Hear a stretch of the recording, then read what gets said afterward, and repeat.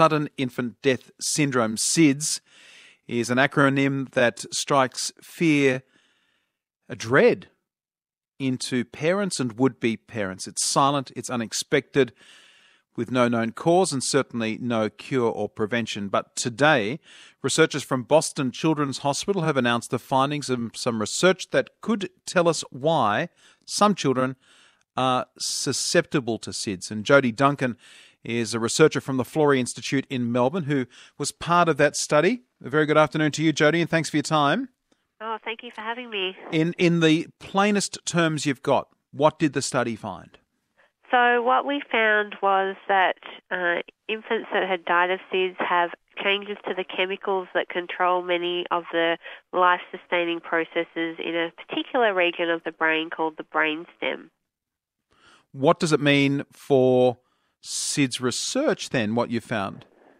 So importantly, one of the additional findings of that study was that we looked at different sleep environments in these infants, and we saw that there was sort of a range of the severity of the abnormality related to how the baby was found once it had died. Right. And what we actually think is happening is that these infants are vulnerable, and in some cases when infants are found face down with their face in a pillow, they may be less vulnerable than an infant that was found dead in what we consider the ideal position, on its back in a cot with no bedding or hard surfaces, for example. So what do the abnormalities themselves mean for the way a person, a small person, responds to the threats, the circumstances that do create a sudden infant death? So because the transmitters or the chemicals we were looking at in the brain are so important in allowing cells within the brainstem to communicate, and then we know the brainstem is very important in maintaining things such as respiration or heart rate, we think what happens in these infants is they will be faced with a stressor, for example, a pillow over the face, and they just can't mount an adequate response that you would see in an infant that doesn't die of SIDS.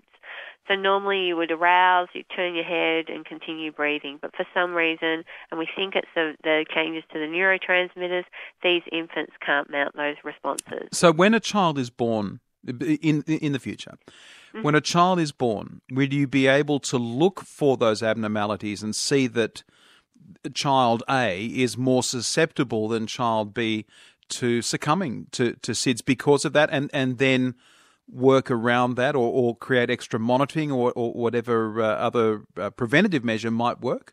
Yeah, so that's our primary focus. First of all, we want to understand why these abnormalities occur. Is it occurring during development? And secondly, when the infants are born, how can we identify them and what mechanisms can we put in place to prevent these deaths from occurring in the future? How far away do you think that might be?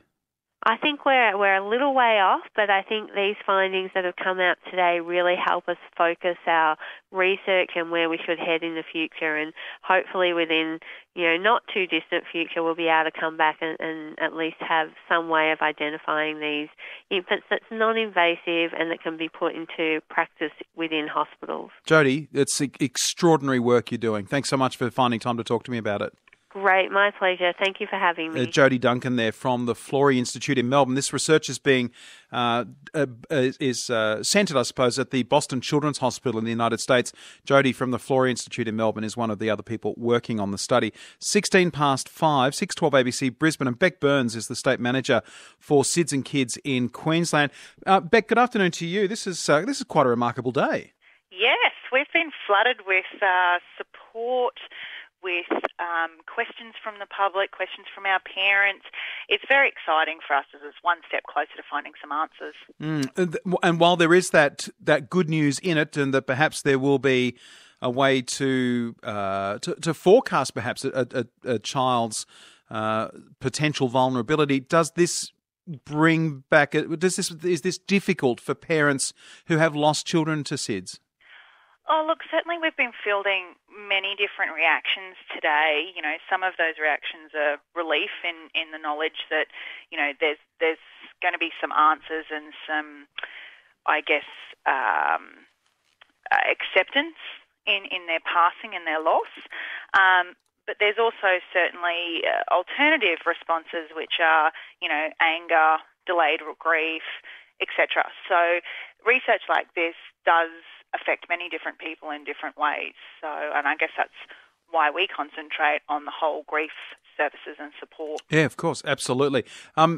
Have we as a community been able to reduce the number of babies dying each year from unexplained causes? Yeah, so look, the Safe Sleeping campaign, which is the SIDS and Kids Australia national campaign, which analyses the 6 safe sleeping practices, or the 6 ways to sleep the baby safely, that has had, it's considered one of the most successful health campaigns in Australia. We've reduced SIDS by approximately 80%.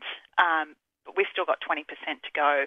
Here in Queensland, it's still, especially in the most recent years, SIDS and other undetermined causes are still the leading causes of postneonatal deaths in infants.